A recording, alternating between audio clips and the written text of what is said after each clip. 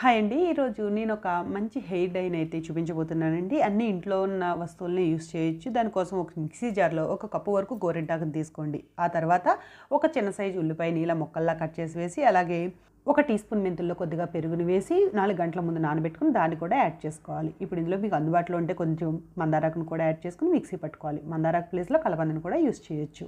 ఇలా మెత్తగా మిక్సీ పట్టుకుని ఈ పేస్ట్‌ని ఒక బౌల్‌లోకి తీసేసుకోండి.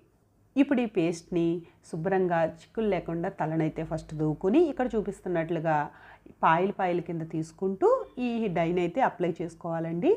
మార్కెట్లో దొరికే కెమికల్ డైస్ వాడడం కన్నా మనం ఇంట్లోనే ఇలా డైని ప్రిపేర్ చేసుకుని హెయిర్‌కి అప్లై చేయడం వల్ల వైట్ హెయిర్‌ని కవర్ చేయడానికి అయితే బాగా హెల్ప్ అవుతుంది. ఇది పూర్తిగా నల్లగా వస్తుందని నేను చెప్పనండి. కాకపోతే ఇలా చేయడం వల్ల మనం వైట్ హెయిర్‌ని అయితే కంట్రోల్ చేయొచ్చు. అలాగే హెయిర్ ఫాల్ అవ్వదండి. హెయిర్ కూడా బాగా ఎదుగుతుంది. అలాగే హెయిర్ చాలా సాఫ్ట్‌గా, స్మూత్‌గా ఉంటుందండి. Thanks for